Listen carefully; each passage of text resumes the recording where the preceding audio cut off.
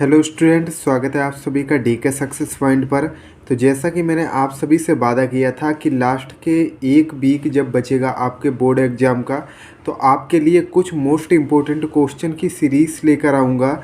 और वो most important question आपकी परीक्षा की दृष्टि से बहुत ज़्यादा महत्वपूर्ण होंगे और आपकी सफलता में एक महत्वपूर्ण भूमिका निभाएंगे। जो स्टूडेंट बिल्कुल नहीं पढ़े हैं तो उनके लिए ये प्रश्न वरदान साबित होने वाले हैं, जैसे कि मैंने पहले अपनी वीडियो में बताया था और उसी प्रकार से वही मैं फिर से रिपीट कर रहा हूँ। जो स्टूडेंट बिल्कुल नहीं पढ़े हैं या उन्हें लगता है कि मैंने थोड़ा बहुत ही पढ़ा है और इससे मेरा काम नहीं चलने वाला है, तो वो इन क्वेश्चन को अच्छे से देखेंगे। वरदान साबित होने वाले हैं आपके एग्ज़ाम की दृष्टि से। बहुत ही बार ये क्वेश्चन पूछे गए हैं और फिर से पूछे जाने के पूरे चांस हैं, ठीक है। और ये कोई भी टीचर नहीं आपको बता सकता कि नहीं नहीं ये क्वेश्चन आपका पूछा ही जाएगा, ठीक है। सबका अपना अपना अनुभव होता है और जो क्वेश्चन बार बार रिपीट होते हैं उनका रिपीट होने का चांस रहता है, तो उस बेस पे हर टीचर आपको बताता है कि ये क्वेश्चन आ सकता है, ठीक है। तो ये क्वेश्चन कई बार पूछे गए हैं, तो यहाँ पे मैंने लिख रखा है महत्वपूर्ण क्वेश्चन है, इन्हें हल्के में मत लीजिएगा। आपका जो बोर्ड का पेपर है वो आपका 16 तारीख से शुरू होने वाला है, तो आप जी जान से अपना अब एक हफ्ते तो आप मेहनत अच्छे से कर ही सकते हैं ना। तो एक हफ्ते आप अच्छे से मेहनत कर लीजिए। जो भी वीडियो डाल रहा हूँ उन्हें अच्छे से याद कर लीजिए, या तो आप एक नोट्स बना लीजिए, उस पर इन क्वेश्चन को लिख लीजिएगा, या फिर आप 2-3 बार वीडियो देखकर आप इन्हें अच्छे से रिवाइज कर सकते हैं। तो यहाँ पर कक्षा 10 की सामाजिक विज्ञान सोशल साइंस का कहने के लिए बहुत ही सरल पेपर होता है, बट यहाँ पर नंबर स्कोर करने वाला ये टॉपिक रहता है, ये सब्जेक्ट रहता है, एक ये और एक आर्ट और हिंदी। ये जो सब्जेक्ट हैं इनमें आप अच्छे से अच्छे अंक लाके अपनी मेरिट बना सकते हैं। तो इनमें जो स्टूडेंट माथ खा जाता है तो उसका मेरिट बनना बहुत ही मुश्किल हो जाता है, क्योंकि मैथ और इंग्लिश और साइंस बहुत से स्टूडेंट का कमज़ोर रहता है, बहुत ही स्टूडेंट उसमें वीक रहते हैं, ठीक है। तो इनमें आपको अच्छे से मेहनत कर लेना है, बाकी उन सब्जेक्ट को भी पढ़ते रहना है। तो यहाँ पे महत्वपूर्ण ये क्वेश्चन है आपके कक्षा 10 की सामाजिक विज्ञान के क्वेश्चन हैं बोर्ड परीक्षा 2023 के लिए, ठीक है। जो इसमें बहुविकल्पी प्रश्न हैं, आपके 20 प्रश्न आएंगे। तो यहाँ पर जो पहला आपका प्रश्न है, फ्रांस में गणतंत्र दिवस की घोषणा कब की, किस वर्ष की गई थी। तो आपको यहाँ पर बताना है कि जो फ्रांस में गणतंत्र दिवस की घोषणा है वो कब की गई थी। 1815 में की गई थी, 1830 में, 1848 में या 1871 में। तो यहाँ पे आप सभी को बताना है कि इसका राइट आंसर क्या होगा। तो इसका राइट आंसर हो जाएगा 1848। 1848 में फ्रांस में गणतंत्र दिवस की घोषणा की गई थी। इसके बाद जो सेकंड क्वेश्चन है आपका वो है, जर्मनी के एकीकरण में मुख्य भूमिका किसकी थी। जर्मनी में एकीकरण जो हुआ उसमें जो मुख्य भूमिका किसने निभाई थी। आल्टो वान बिस्मार्क ने, या फिर काइजर विलियम प्रथम ने, या हिटलर ने, या मैथ्सिनी ने। तो ये आपको बताना है इन 4 ऑप्शन में से कौन सा ऑप्शन यहाँ पर सही होगा। तो यहाँ पर हो जाएगा ए नंबर ऑप्शन सही हो जाएगा। ऑटो वान बिस्मार्क ने यहाँ पर महत्वपूर्ण भूमिका निभाई थी जर्मनी के एकीकरण में। इसके बाद यहाँ पर जो तीसरा नंबर प्रश्न है कि असहयोग आंदोलन का मुख्य कारण क्या था, किस वजह से असहयोग आंदोलन शुरू किया गया था। तो ये आपको यहाँ पर बताना है। तो यहाँ पर रॉलेट एक्ट के विरोध में असहयोग आंदोलन शुरू हुआ था, या प्रथम विश्व युद्ध जब शुरू हुआ उस वजह से शुरू कर दिया गया, या खिलाफत आंदोलन की वजह से असहयोग आंदोलन शुरू हुआ, या प्रथम विश्व युद्ध की वजह से यहाँ पर जो है वो असहयोग आंदोलन यहाँ पे शुरू हुआ। तो यहाँ पर आप सभी को बताना है। तो यहाँ पर जो खिलाफत आंदोलन है इसी की वजह से यहाँ पर असहयोग आंदोलन की भी शुरुआत की गई थी। इसके बाद जो आपका चौथा नंबर प्रश्न है वो यहाँ पर आप देख लीजिएगा। तो जो चौथा नंबर प्रश्न है, भारत छोड़ो आंदोलन किसने प्रारंभ किया था। अर्थात जो भारत छोड़ो आंदोलन है वो किसके द्वारा यहाँ पर स्टार्ट किया गया था। गोपाल कृष्ण गोखले द्वारा, या बाल गंगाधर तिलक द्वारा, या सुभाष चंद्र बोस द्वारा, या महात्मा गांधी द्वारा। इन 4 ऑप्शन में से आपको बताना है कि यहाँ पर किसने भारत छोड़ो आंदोलन की शुरुआत की थी? तो यहाँ पर जो महात्मा गांधी जी हैं, अत्यधिक आंदोलन इन्होंने शुरू किए थे, तो यहाँ पर महात्मा गांधी ही आंसर हो जाएगा। महात्मा गांधी ने भारत छोड़ो आंदोलन की शुरुआत की थी। इसके बाद जो पांचवा प्रश्न है आपका, वो है कि संयुक्त राष्ट्र संघ का मुख्यालय कहाँ स्थित है? अर्थात जो यूएन है उसका जो हेडक्वार्टर है वो कहाँ पे स्थित है? वाशिंगटन डीसी जिसे कहते हैं, या जिनेवा, या न्यूयॉर्क, या ऑस्ट्रिया। एक ऑस्ट्रेलिया दूसरा है, ये ऑस्ट्रिया दूसरा है, तो इसमें आपको ध्यान रखना है। ऑप्शन में दे सकता है ऑस्ट्रेलिया और ऑस्ट्रिया, ठीक है। तो ये दोनों अलग हैं, इन्हें आपको ध्यान में रखना है। तो इनमें आपको बताना है कि यूएन अर्थात संयुक्त राष्ट्र संघ का मुख्यालय कहाँ पर स्थित है। तो यहाँ पर इन 5 ऑप्शन में से आपको बताना है। तो यहाँ पर आपका राइट आंसर सी हो जाएगा, न्यूयॉर्क में आपका यूएन का मुख्यालय है। इसके बाद आप खबरों में देखते रहते होंगे कि यूएन में ये हो गया, यूएन में मोदी जी गए, यूएन में ये नेता गए, तो वो यूएन का मुख्यालय न्यूयॉर्क में है, ठीक है। इसके बाद जो छठवां नंबर प्रश्न है, संयुक्त राष्ट्र संघ की स्थापना कब हुई? अर्थात यूएन की स्थापना कब हुई थी? तो यूएन की स्थापना 1945 ईस्वी में हुई थी, जब सेकेंड जो विश्व युद्ध है वो हो गया था। उसके बाद यहाँ पर यूएन की स्थापना की गई थी, इस तरीके के युद्ध रोकने के लिए ही। इससे पहले जो संस्था बनाई गई थी वो पूरी तरीके से असफल हुई थी। प्रथम विश्व युद्ध के बाद जो संस्था बनी थी तो वो असफल हो गई थी, उसके बाद इसका गठन हुआ था। और इसके बाद यहाँ पर 7वां नंबर जो प्रश्न है वो यहाँ पर ये संयुक्त राष्ट्र संघ की स्थापना 1945 में हुई थी। और जो आपका 7वां नंबर प्रश्न है, पंजाब में भूमि निम्नीकरण का मुख्य कारण क्या है? ठीक है, तो यहाँ पर बताया गया है कि पंजाब में भूमि की जो निम्नीकरण है उसका मुख्य कारण क्या है? तो गहन खेती, वन उन्मूलन, और अधिक सिंचाई, या अति पशुचारण। तो ये आपको बताना है कि पशुचारण चारण, या फिर जो अति पशुचारण, या वनों का उन्मूलन, गहन खेती, या फिर अधिक सिंचाई। इन 4 ऑप्शन में से आपको बताना है कि क्या यहाँ पर सही आंसर इसका हो जाएगा। तो यहाँ पर हो जाएगा अधिक सिंचाई, ठीक है। अधिक सिंचाई पंजाब में भूमि निम्नीकरण का मुख्य कारण है। इसके बाद यहाँ पर जो आपका 8 नंबर प्रश्न है, चाय की खेती के लिए कौन सी मिट्टी उपयुक्त है? अर्थात चाय की खेती के लिए कौन सी मिट्टी यहाँ पर सही है, तो ये आपको यहाँ पर बताना है। तो यहाँ पर इसका सही आंसर क्या हो जाएगा?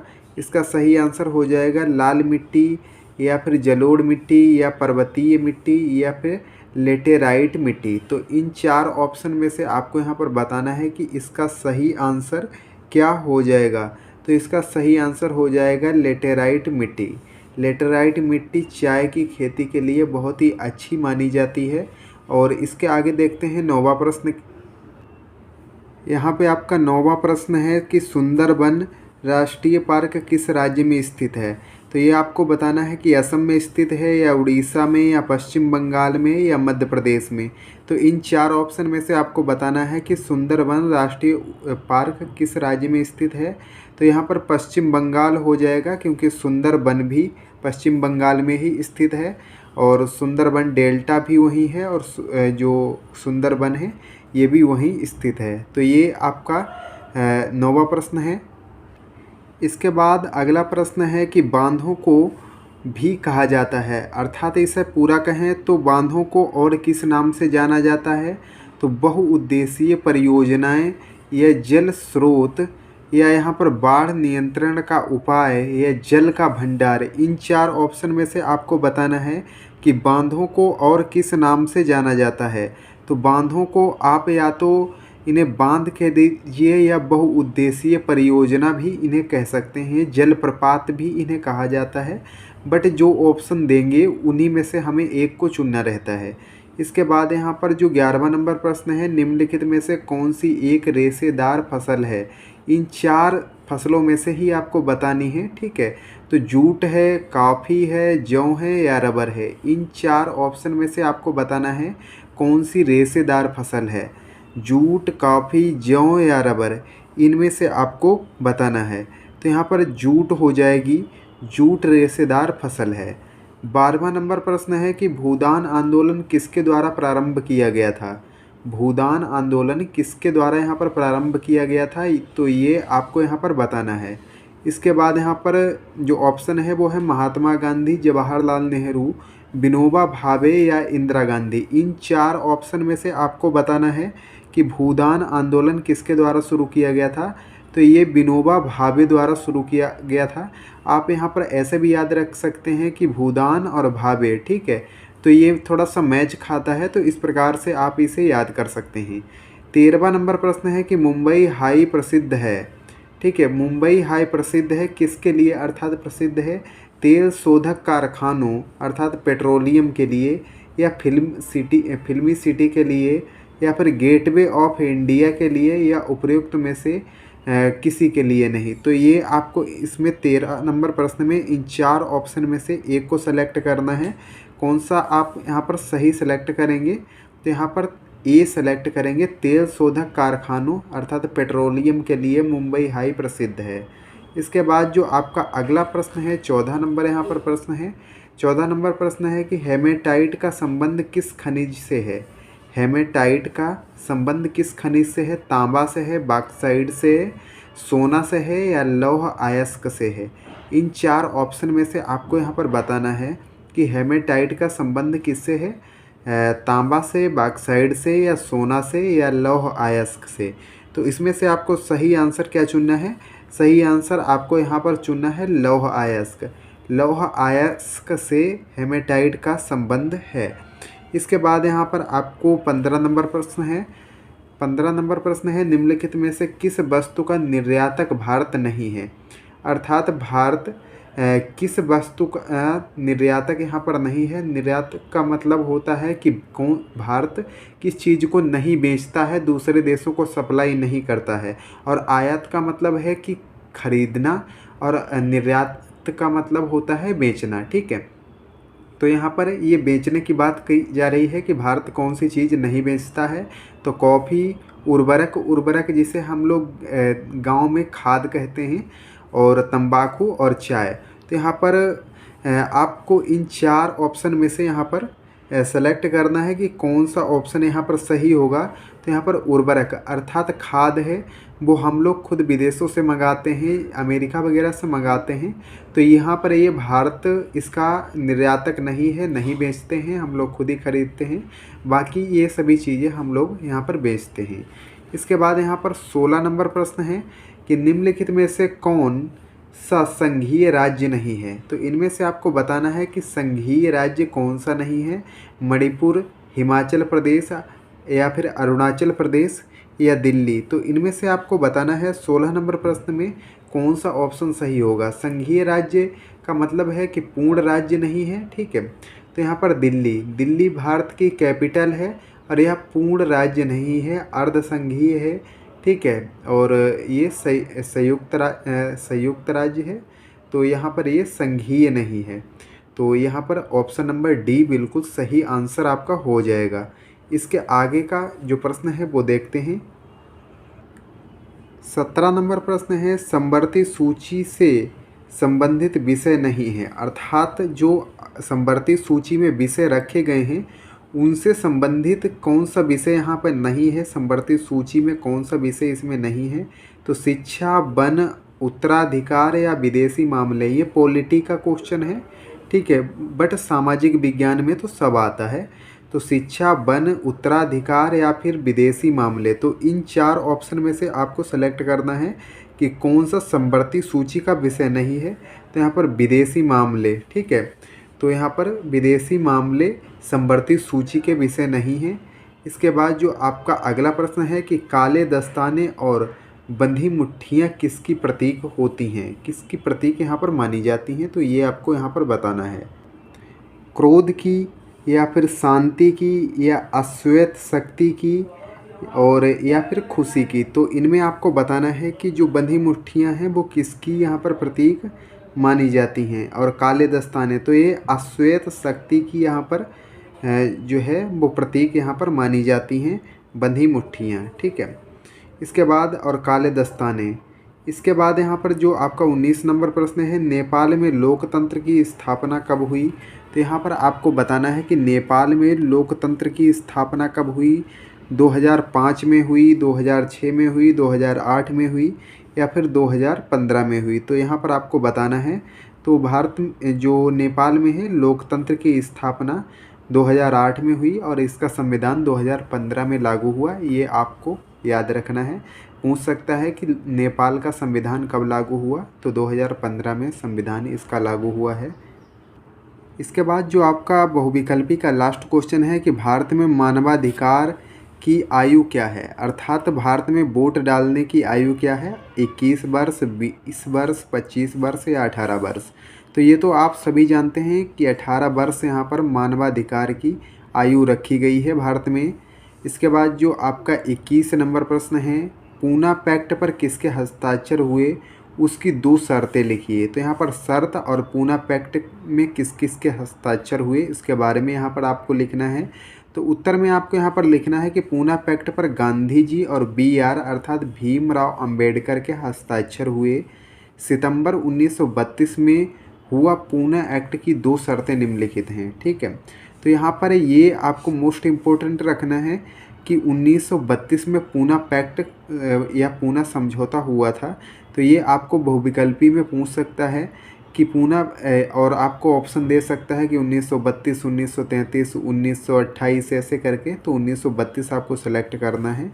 यहाँ पर पहली शर्त है, अंबेडकर द्वारा दलितों के लिए अलग जो है वो यहाँ पर निर्वाचन क्षेत्रों की मांग की गई थी। ठीक है, निर्वाचन यहाँ पे होगा, निर्वाचन क्षेत्रों की यहाँ पर मांग को वापस लेने की बात कही गई थी। दूसरी है कि दलित वर्गों को प्रांतीय एवं केंद्रीय विधायी परिषदों में आरक्षण दिया जाना चाहिए। तो ये बात हुई थी। ठीक है, तो दलितों के बारे में BR अम्बेडकर ने ये 2 बातें की थी। अम्बेडकर द्वारा दलितों के लिए अलग निर्वाचन क्षेत्र की मांग और दलितों को जो प्रांतीय और केंद्रीय विधायी परिषद हैं उनमें आरक्षण, ये 2 शर्तें यहाँ पर रखी गई थी। जो आपका 22 नंबर क्वेश्चन है वो है यहाँ पर वैश्विक आर्थिक महामंदी के किन्हीं 3 कारणों का उल्लेख करना है यहाँ पर। तो यहाँ पर ये मोस्ट इम्पोर्टेंट क्वेश्चन है। ठीक है, इन्हें आप अच्छे से याद कर लीजिएगा। यहाँ पे बताया गया है कि 1929 में महामंदी की शुरुआत हुई। इस मंदी के 3 प्रमुख कारण हैं। पहला है, अमेरिका के शेयर बाज़ार में शेयरों की कीमत में गिरावट आ गई और इसकी वजह से वहाँ लाखों व्यापारियों का दिवाला निकल गया। ठीक है, अर्थात लाखों जो व्यापारी थे उनकी यहाँ पर जो है वो सब पैसे खर्च हो गए, सब घाटे में आ गए। इसके बाद यहाँ पर जो सेकंड है वो है, यूरोप के कई बड़े बैंक जो था धराशायी हो गए और उसके बाद कई देशों की मुद्रा की कीमत बुरी तरह गिर गई। अमेरिकी सरकार इस महामंदी से अपनी अर्थव्यवस्था को बचाने के लिए जो आयातित जो पदार्थ हैं उन पर 2 गुना सीमा शुल्क वसूल करने लगी। ठीक है, उसकी वजह से भी यहाँ पर वैश्विक आर्थिक महामंदी आई थी। और जो तीसरी शर्त है वो यहाँ पर है कि औद्योगिक क्रांति के कारण अमेरिका तथा ब्रिटेन में बड़े पैमाने पर उत्पादन कार्य होने लगा था।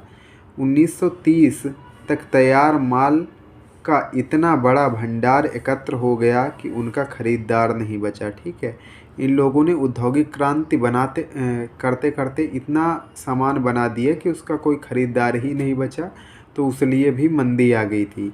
इसके बाद जो आपका 23 नंबर प्रश्न है वो है, संसाधन नियोजन की आवश्यकता क्यों पड़ती है, इस हेतु कोई 2 उपाय सुझाइए या बताइए। तो यहाँ पर आपको उत्तर में लिखना है कि संसाधनों के विवेकहीन और अति उपयोग के कारण संसाधन नियोजन की आवश्यकता पड़ती है। इस हेतु 2 उपाय निम्नवत हैं। तो पहला आपको उपाय यहाँ पर लिखना है कि देश के विभिन्न प्रदेशों में संसाधनों की पहचान और उसकी तालिका तैयार करना। और जो दूसरा है, राष्ट्रीय विकास योजनाओं तथा विकास योजनाओं के मध्य समन्वय स्थापित करना। तो ये यहाँ पर आपको 2 जो हैं इसके उपाय बताने हैं। 24 नंबर यहाँ पर प्रश्न है कि वाणिज्य कृषि से आप क्या आशय या क्या समझते हैं, और उसके बारे में यहाँ पर आपको बताना है। उत्तर में आपको लिखना है कि वाणिज्यिक कृषि में फसल उत्पादन और पशुपालन पालन और जो बाजार है में विक्रय हेतु किया जाता है। इसमें अधिकांश कार्य मशीनों के द्वारा किया जाता है। इस प्रकार की कृषि के मुख्य लक्षण आधुनिक निवेशों जैसे अधिक पैदावार देने वाले बीजों, रासायनिक उर्वरकों और कीटनाशकों के प्रयोग से उच्च पैदावार प्राप्त करना है। वाणिज्यिक कृषि में वाणिज्यिक अनाज कृषि, मिश्रित कृषि और रोपण कृषि शामिल हैं। कृषि के वाणिज्यीकरण का स्तर विभिन्न प्रदेशों में अलग अलग है। उदाहरण जैसे हरियाणा और पंजाब में चावल, और उसके बाद यहाँ पर वाणिज्य की एक फसल है, परंतु ओडिशा में यह एक जीविका फसल है। ठीक है, तो कुछ राज्य ऐसे हैं जो एक लिमिटेड चावल का उत्पादन करते हैं, बट ओडिशा जैसे राज्य बहुत ज़्यादा चावल का उत्पादन करते हैं और वहाँ लगभग इसी पे लोगों का जीवन निर्भर है। रोटी वहाँ जो गेहूँ रहता है वो बहुत कम होता है, चावल एक जीविका का उनका साधन है। 25 नंबर प्रश्न है कि भारत में सौर ऊर्जा का भविष्य उज्ज्वल क्यों है, कोई 3 कारण बताइए। तो उत्तर में आपको लिखना है कि भारत में सौर ऊर्जा का भविष्य बहुत उज्ज्वल है। इसके मुख्य 3 कारण निम्नलिखित हैं। पहला है, भारत एक उष्णकटिबंधीय देश है। यहाँ जो है वो सौर ऊर्जा के दोहन की असीम संभावनाएं हैं।